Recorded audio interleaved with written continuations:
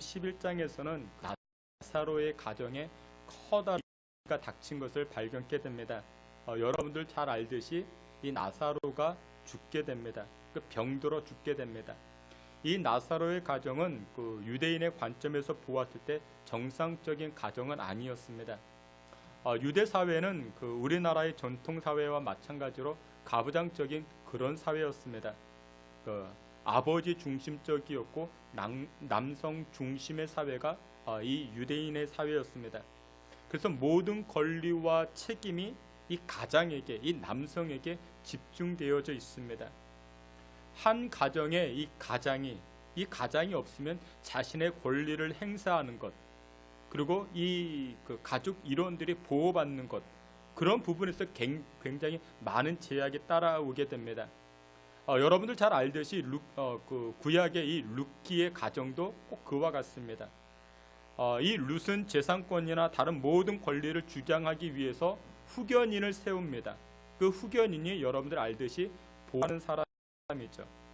그러면 집안자가 없으면은 무조건 이 사회는 미성년 취급을 하게 됩니다. 그래서 그 가정에 가장이 있어야만이 법적인 대응을 할 수도 있고 또 여러 가지 권리를 행사할 수가 있는 것입니다. 그것이 바로 이스라엘 사회였습니다. 그래서 성경에서는 가장 불쌍하고 연약한 사람을 누구라 이야기하는가? 고아라, 또한 과부라 그렇게 말합니다. 이유가 무엇이냐? 남성이 없으니까. 그러니까 자신의 권리를 행사할 수 없고 사회적으로 보호를 받을 수 없으니까 성경은 이들을 향해서 굉장히 긍휼히 여기라 그렇게 말씀하고 있습니다. 근데 지금 이런 상황이 지금 나사로의 가정에 나타나게 된 것입니다. 연약한 가정입니다. 보호를 받지 못하는 그런 가정입니다. 나사로의 가정에는 일단 부모님이 안 계십니다. 오라비와 그리고 누이 동생들이 함께 살아가는 결손 가정입니다. 쉽게 말하면 이 가정 고아들만 모여 있는 것입니다. 연약합니다. 어렵게 살아가고 있습니다. 그래서 이 가정의 오직 유일한 소망은 누구밖에 없는가? 나사로밖에 없는 것입니다. 오라버니 나사로밖에 없는 것입니다. 이 오라버니 나사로가 좀 건강히 살아가야만이 가문이 살아날 수 있고 집안이 살아날 수 있습니다. 그래서 이 마르다와 마리아, 이 여동생들은 이 나사로만 바라보게 됩니다. 근데 그런 오빠가 어떻게 됩니까? 병들었습니다. 또 죽게 됩니다. 그런데 그냥 단순한 죽음 아닙니다. 가정 전체가 다 무너지는 그런 상황인 것입니다. 희망이 사라졌습니다. 가정의 희망이 사라졌고 이 가정을 움직여 나아갈 수 있는 가장이 사라진 것입니다. 절체절명의 상황인 것이죠. 주께서 사랑하시는 귀한 성도 여러분들 가운데 이 나사로의 가정과 같이 이런 위기에 처해진 분들이 계십니까? 모든 희망을 걸었던 것, 그러니까 여러분들에게 있어서 내 모든 것을 걸었는데 들고 그것이 사고가 커다란 암초에 부딪히고 위태위태합니다. 여러분들도 똑같은 위기에 직면할 수 있을 것입니다. 근데 성경은 뭐라고 이야기합니까? 이런 위기를 맞닥뜨리면은, 이런 어려움을 만나면 무엇하라? 무엇하라 이야기합니까? 야고보서에서는 이렇게 말합니다. 야고보서 5장 13절에 보니까 너희 중에 고난당한 자가 있느냐? 그는 무엇할 것이요? 기도할 것이요. 기도하라 말씀합니다. 어려운 일들을 당하면 무엇하라? 고민하지 말고, 고민하지 말라고 말합니다. 고민하는 게 아니라 기도하라. 근데 우리는 뭐 합니까? 고민해요. 그렇죠? 전화통 붙잡고 고민하고, 이 사람 붙잡고 고민하고. 지난주에 밤 12시 30분에 제가 전화를 받았습니다. 목사님, 제가 너무 힘들어가지고 저 좀 만나야겠대요. 밤 12시 30분에. 그 오죽했으면 저한테 전화했겠습니까? 근데 저라고 뭐 뾰족한 수가 있겠습니까? 그 큰 문제 만나면 좀 자기 좀 할래요. 그 밤 12시 30분에 무서워서 어떻게 만납니까? 그래서 뭐 다음날 만나자고. 근데 성경은 분명히 이야기합니다. 야고보서 5장 13절에 너희 중에 고난당한 자가 있느냐? 기도하라 말씀합니다. 그러니까 구하라, 부르짖으라, 성경은 그렇게 말씀합니다. 오늘 본문에도 이처럼 위기를 맞닥뜨린 이 나사로 가정의 이 마르다와 마리아가 예수님 찾아갑니다. 예수님 만나게 됩니다. 이 여인들이 예수님 찾아가서 자초지정을 이야기합니다. 예수님, 우리 집안에 큰일 생겼습니다. 나사로가 병들어 죽게 되었습니다. 여러분들, 그게 기도죠. 그렇죠? 예수님 찾아가는 게 기도입니다. 여러분들, 힘든 일 있다고 골방에 틀어 앉아 있지 말고 교회 나오셔야 됩니다. 아무 때나 교회 오셔서 기도하셔야 됩니다. 새벽 예배 깨우셔야 되고요. 심야 기도회 때 오셔야 되고요. 여러분들, 교회 오셔야 됩니다. 이 마르다와는 예수님을 자신의 가정으로 모셔, 여러분들, 그게 기도입니다. 그게 부르짖는 것입니다. 주께서 사랑하시는 귀한 성도 여러분들, 여러분들의 가정 가운데 어떤 위기, 어떤 어려움이 있다 할지라도 예수님을 모셔드릴 수 있는 저와 여러분들이 되시기를 주님의 이름으로 축원합니다. 성경은 분명히도 말씀을 합니다. 고난당한 자가 있느냐? 저는 기도할 것이요. 예수님께 우리가 부르짖어 기도해야 됩니다. 그러면 여러분들, 상식적으로 예수님은 이 마르다와 마리아 이들의 요청을 듣고 어떻게 하셔야 됩니까? 빨리 응답하셔야 되지 않겠습니까? 빨리 가셔서 도와주셔야 되지 않겠습니까? 이 마르다와 마리아는 또 그렇게 생각했을 것입니다. 우리가 요청하면 예수님 빨리 오셔서 도와주시겠지. 왜 그랬는가? 바로 전에 무슨 하나의 사건이 있었냐면, 백부장, 이 백부장의 하인이 병들었을 때 예수님 가서 고쳐주시죠. 말씀으로 고쳐주셨죠. 그리고 회당장 야이로의 딸도 예수님 가셔서 고쳐주셨죠. 그것을 봤기 때문에 이 마르다와 마리아도 우리 예수님을 요청하면 예수님 즉시 오셔서 문제를 해결해 주시겠지, 그렇게 생각했습니다. 더더군다나 여러분, 이 나사로는 예수님 모르는 사람 아닙니다. 예수님과 친분이 있는 사람입니다. 예수님과 가까이 지낸 사람입니다. 예수님과 친했고 혈육보다 더 가까웠던 사람이었기 때문에 더 빨리 와서 고쳐주시겠지. 예수님 다른 일 다 제쳐두고 가장 먼저 신방 오시겠지. 마르다와 마리아는 그렇게 생각했을 것입니다. 근데 예수님의 반응은 어떻습니까? 예수님의 반응은 전혀 다릅니다. 전혀 다르게 행동을 합니다. 4절 말씀에 보면 이렇게 말씀합니다. 요한복음 11장 4절, 요한복음 11장 4절 우리 다 함께 보겠습니다. 예수께서 들으시고 이르시되 하나님의 아들이 이로 말미암아 영광을 받게 하려 함이라 하시더라. 아멘. 이 병은 무슨 병이라? 죽을 병 아닌 병은 무슨 병이다? 하나님의 영광을 드러낼 병이라. 아니, 병이 병이지 뭐. 근데 여러분들, 하나님 보시기에는 그렇지 않습니다. 여러분들 보시기에는 그저 고통스럽고 아프고 눈물 나는 병이지만 하나님 보실 때는 여러분들 다 다릅니다. 또 6절에 이렇게 말씀합니다. 6절 말씀 함께 보겠습니다. 6절, 요한복음 11장 6절 우리 다 함께 봅니다. 나사로가 병들었다 함을 들으시고 그 계시던 곳에 이틀을 더 유하시고. 아멘. 나사로가 병들었다라는 소식을 예수님 듣습니다. 그럼 예수님 어떻게 하셔야 된다고요? 곧장 가셔가지고 도와주셔야 되는데 어떻게 하십니까? 그 계시던 곳에 이틀이나 더 머무릅니다. 여러분, 요즘 같으면 큰일 나죠. 예를 들어서 우리 예를 드는 겁니다. 교회 선임 장로님이 계십니다. 어떤 교회 선임 장로님이 계시는데 그 장로님의 어머니가 아프대요. 아파가지고 목사님에게 전화했습니다. 목사님, 빨리 우리 집에 신방 좀 와주십시오. 그러면 어떻게 해야 돼요? 목사님이 곧장 신방을 가야 되잖아요. 근데 목사님이 하루도 안 가고 이틀도 안 갑니다. 그럼 이 목사님 어떻게 될까요? 쫓겨나겠죠. 그럼 목회가 되겠습니까? 그 예수님이 그런 상황이라고요. 우리 오늘 기도하셨던, 대표 기도하셨던 우리 최덕화 권사님, 여전도회 회장님으로 알고 계십니다. 집안에 문제가 있어가지고 저한테 신방을 요청했습니다. 근데 제가 신방을 하루 이틀 미뤄서 안 갑니다. 뭐 지금은 저를 보면서 은혜의 표정을 짓고 있지만 여러분 전화 끊고 나면은 뭐 안 오면은 뭐 아주 뭐 큰일 나죠. 우리 최덕화 권사님만 문제가 아니라 여러분들 안 그럴 것 같아요? 여러분들 다 마찬가지죠. 그렇죠? 근데 예수님 이 나사로가 병들었다는 소식을 듣고 이틀을 더 유하셨다고요. 안 가셨다고요.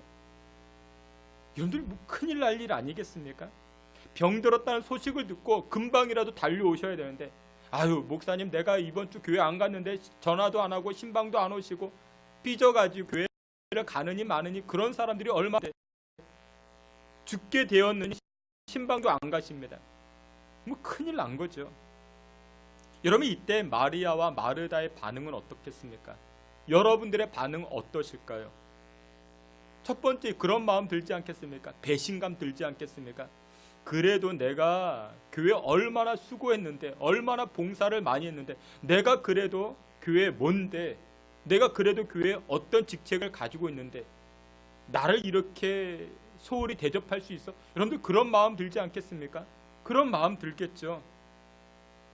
여러분들 거절당하는 것 그것보다 큰 상처가 어디 있겠습니까? 신방을 와달라고 이야기했는데 근데 이 마르다와 마리아는 거절당한 것이죠. 근데 여러분들 무엇보다도 이 마르다와 마리아는 예수님과 신분이 더 두터웠던 사람들입니다. 신분이 더 두터우면요 뭐도 커요? 상실감도 큽니다. 그 섭섭한 마음도 더 크게 됩니다. 목회학에서 이런 이야기를 합니다. 그래서 목사님과 성도들이 너무 가까우면 안 된다 그런 말을 합니다. 그래서 어떤 목사님은요 그 SNS에도 안 하세요. 막 이렇게 누구한테 이렇게 답장 하나 보내면은 또 왜 다른 사람에게는 답장도 안 보냈느냐 그러면서 막 삐지고 막 이렇게 교회 분란이 생기니까 아예 그런 걸 차단하고 너무 가까이도 지내지 않습니다. 심지어 식사도 같이 안 하세요. 아, 왜 목사님은 저 김아무개 집사랑만 밥을 먹고 왜 나랑은 밥을 안 먹는가? 제가 다음 주부터 그래서 막 돌아다니면서 이제 밥을 먹도록 하겠습니다. 그럽니다. 너무 가까이 지내면은 상처를 받으니까 그렇게 이야기합니다. 근데 여러분들 강하게 훈련시키기 위해서는 어떻게 해야 되는가? 가까이 있어야 됩니다. 가까이 지내면서 강하게 훈련시킬 수 있는 것입니다. 근데 여러분들 우리는 나를 훈련시키고 나를 성장시키는 건데 우리는 그것을 거절하죠. 싫어합니다. 근데 그런 말이 있잖아요. 운전은 누구한테 배우면 안 된다고요? 남편에게 배우면 안 된다고요. 꼭 헤어진다고. 그렇죠? 잘하라고 가르쳐 주는 건데 왜 내 인격을 무시하느니 왜 이렇게 화를 내느니 그러면서 그런 말을 하죠. 오늘 본문에 예수님도 이 겉보기에는 이 마르다와 마리아의 그 부름을 거절한 것처럼 보입니다. 그러면 그때 느껴진 그 배신감이 얼마나 크겠습니까? 병들었다고 좀 신방 와달라고 했는데 즉시 가지 않고 지체하십니다. 근데 여러분들 지체했던 이유는 오늘 본문을 통해서 보게 되면은 우리가 쉽게 납득이 됩니다. 아까도 말씀을 했죠. 하나님이 이 병을 보셨을 때 이 병은 어떤 병이었다? 하나님의 영광을 드러내는 병이었다. 그렇게 말씀합니다. 그러면 왜 이것이 하나님의 영광을 드러내는 병이 되는가? 첫 번째는 이것입니다. 죽은 자를 살리시는 하나님의 능력이 나타나기 때문에 그렇습니다. 여러분들 나사로의 병은요 예수님 제때 가셨으면 어떻게 보면 고칠 수 있는 그런 병이었을 것입니다. 여러분들 병들어서 병원 가서 고침 받았습니다. 그러면 여러분들 그것도 기쁘지만 여러분들 더 큰 기쁨은 무엇입니까? 죽은 자가 살아나는 것 아니겠습니까? 병은요 병들었다가 고침 받는 것은 병원이 할 수 있습니다. 근데 죽은 자가 살아나는 것은 병원이 할 수 있습니까? 병원이 못합니다. 사람이 할 수 있습니까? 사람이 하지 못합니다. 여러분들 생각해 보세요. 아픈 사람 살리는 것이 큰일이겠습니까? 아니면 죽은 사람 살리는 것이 큰일이 되겠습니까? 죽은 사람 살리는 것이 큰일이 될 수 있겠죠. 그래서 예수님께서 지체하신 이유가 무엇이냐? 더 큰 영광을 보이기 위해서. 여러분들에게 당한, 여러분들에게 임한, 여러분들에게 나타난 고난의 문제들이 있죠. 왜 이게 빨리 응답이 되지 않을까? 예수님 빨리, 왜 하나님 빨리 응답한가? 우리는 조바심을 냅니다. 하나님, 내가 그래도 전도도 열심히 했잖아요. 선교도 열심히 했고요. 그 좋아, 헌금도 많이 했고요. 내가 새벽 기도도 했잖아요. 왜 응답하지 아니하십니까? 우리가 그럴 때 섭섭한 마음이 들 수 있죠. 근데 하나님의 편에서는 무엇이라고요? 그 문제를 통해서 하나님의 큰 영광이 나타나기를 원하시는 것입니다. 여러분들, 여러분들의 삶 가운데 고난이 빨리 해결되지 않는 이유가 무엇이냐? 하나님께서 더 큰 영광을 보이시기 위함이라는 것입니다. 여러분들, 어린 소년 다윗이 있죠. 이 소년 다윗이 누구를 무너뜨립니까? 골리앗 장군을 무너뜨립니다. 어린 소년입니다. 여러분들, 그렇기 때문에 뉴스거리가 되는 것입니다. 근데 반대로 생각해 보십시오. 거구 다윗이 그 어린 소년 골리앗을 무너뜨렸다. 여러분들, 그게 뉴스거리가 되겠습니까? 아무런 일이 안 되죠. 그렇죠? 힘도 없는 이 골리앗 다윗이 무너뜨렸다. 여러분들, 그것은 당연한 일입니다. 그렇죠? 근데 그게 반대가 됐기 때문에 아직까지도 많은 사람들의 입술에 뉴스거리가 되는 것입니다. 여러분들, 왜 하나님께서 여러분들에게 그 만만한 대적을 안 주시고 항상 골리앗과 같은 그런 커다란 문제를 우리에게 안겨주시는가? 여러분들, 골리앗을 이겨야 무엇이 됩니까? 영웅이 되는 것입니다. 자잘한 것 이겨서는 여러분들 영웅이 안 되고요. 골리앗을 이겨야만이 영웅이 되는 것입니다. 믿음의 삶 가운데도 마찬가지입니다. 신앙생활 가운데 여러분들, 왜 내 인생 가운데 커다란 문제들이 등장하는가? 여러분들, 그것을 이겨야 내가 영적 영웅이 되기 때문에 그런 것입니다. 여러분들 앞에 골리앗과 같은 큰 고난과 문제가 있으십니까? 하나님은 나에게 만만한 거 주시지 않습니다. 여러분들에게 만만한 거 주시지 않습니다. 항상 우리에게 무엇을 주십니까? 버거운 상입니다. 버거운 문제를 줍니다. 기억하십시오. 하나님은 우리에게 주실 때 우리가 감당할 수 있는 것만 허락하시는 줄 믿으시길 바랍니다. 버겁지만 우리는 감당할 수 있어요. 그것을 감당해 나아가면 우리가 무엇이 될 수 있다고요? 영적 용장이, 믿음의 용장이 될 수가 있는 줄 믿으시길 축원합니다. 그래서 예수님께서 지체하신 이유가 무엇이라? 하나님의 더 큰 영광을 드러내기 위해서, 병든 자를 살리는 것이 아니라 죽은 자를 살리기 위해서, 하나님은 더 큰 영광을 나타내기 위해서 지체하시는 줄 기억하시기를 주님의 이름으로 축원합니다. 마지막 두 번째로, 고난 가운데 하나님의 또 다른 계획이 담겨져 있는데 그 두 번째 이유는 무엇이냐? 이 나사로의 사건을 통해서 주변 사람들의 믿음을 강화시키기 위함인 것입니다. 오늘 보면 요한복음 11장 14절 말씀, 14절, 우리 14절 말씀 다 함께 보겠습니다. 이에 예수께서 밝히 이르시되, 아멘. 우리 2절 한번 보도록 하겠습니다. 내가 잊지 아니한 것을 너희를 위하여 기뻐하노니 그러나 그에게로 가자 하시니, 아멘. 15절에 또다시 예수님 뭐라고 말씀하시는가? 내가 거기 있지 아니한 것을, 이유가 있는데 그것은 너희로 하여금 믿게 하기 위함이다 말씀합니다. 여러분들, 여기서 너희라는 것은 예수님의 제자들을 이야기를 합니다. 그러니까 나사로 그리고 마르다, 마리아뿐만 아니라 그 주변 사람들을 이야기를 합니다. 예수님께서 내 인생의 문제를 빨리 해결하지 않는 이유가 무엇이냐? 나의 믿음만 문제가 아니라 나를 통해서 우리 주변의 믿음의 사람들을 성장시키기 위함이라는 사실을 오늘 성경은 말씀하고 있는 것입니다. 이 나사로 사건을 통해서 제자들의 믿음이 성장하고요, 마르다와 마리아의 믿음이 더욱 성장합니다. 여러분들, 이게 바로 하나님께서 일하시는 방법입니다. 여러분들, 믿음 생활은 나 혼자만 가서는 안 됩니다. 예수님과 하나님은요, 우리 믿음이 가기를 원하십니다. 물론 만날 때는 1대1로 만나는 겁니다. 그러나 여러분들, 어떤 측면에서는 우리 믿음이 우리 이웃들까지도 여러분들 증거되어지고 전해지고 옮겨져야 되는 것입니다. 여러분들의 믿음의 삶을 통해서 다른 사람들이 영향을 받아야 됩니다. 나도 저 사람처럼 믿음 생활 해봐야지. 나도 저 사람처럼 신앙의 삶을 살아가 봐야지. 그런 도전을 주셔야 됩니다. 그런데 그 아프리카 속담 아시죠? 아프리카 속담 가운데 이런 속담이 있습니다. 빨리 가려면 혼자 가고 함께 가려면 천천히 가라. 그렇게 이야기합니다. 근데 성경을 읽으실 때에도요, 그 혼자만 막 읽으시는 분들이 계세요. 혼자만 막 나가시는 분들. 여러분들 성경을 함께 읽으실 때에도 좀 조금 천천히 읽으셔야 됩니다. 왜요?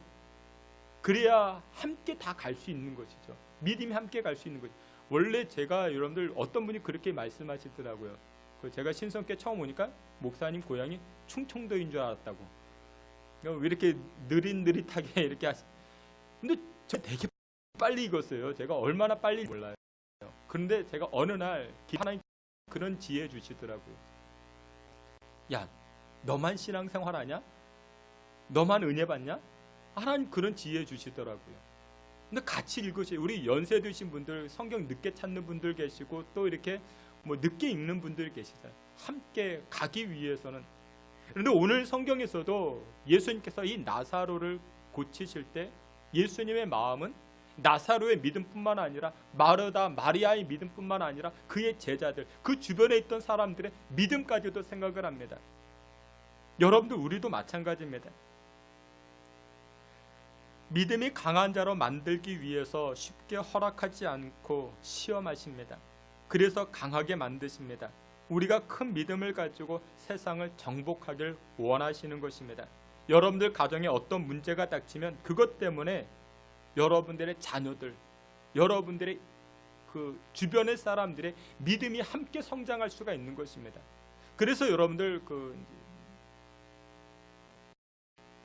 온실에서는 인물이 나타나지 않고 없을 때 이 어려움을 함께 오픈하고 자녀들과 함께 갈 때 함께 믿음이 성장하는 것입니다. 말씀의 결론을 맺도록 하겠습니다. 고난 가운데에는 분명하게도 하나님의 뜻이 있습니다. 근데 우리는 그것을 잘 모릅니다. 그때 왜 빨리 응답이 안 되느냐 섭섭해하고 또 왜 빨리 응답이 안 되는가 우리가 조바심을 내기도 합니다.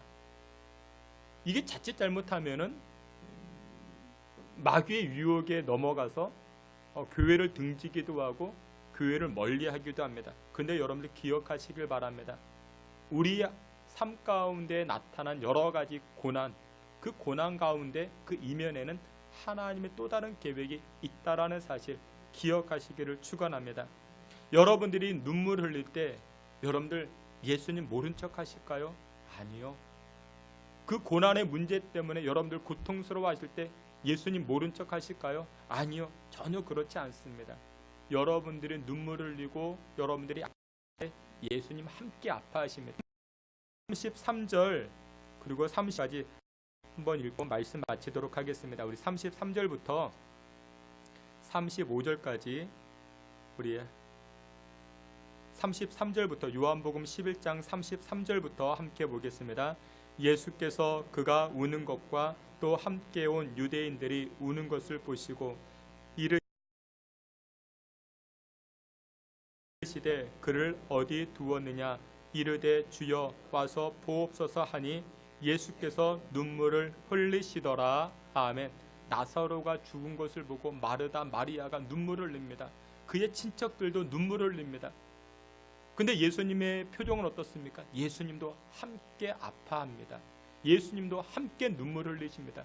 여러분들이 당한 그 고난의 문제, 그것 때문에 여러분들 신음하고 아파하고 눈물을 흘릴 때 예수님도 함께 고통스러워 하십니다.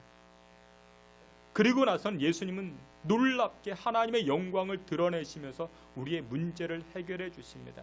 그것을 통해서 영광 드러내게 하십니다. 사랑하시는 귀한 성도 여러분들 모두 오늘 이 말씀을 기억하시고 오늘 이 말씀을 따라서 고난 가운데 하나님의 섭리가 있다는 사실을 믿고 나아가 삶마다 또한 시간마다 승리하실 수 있는 저와 여러분들이 다 되시기를 주님의 이름으로 축원합니다. 아멘.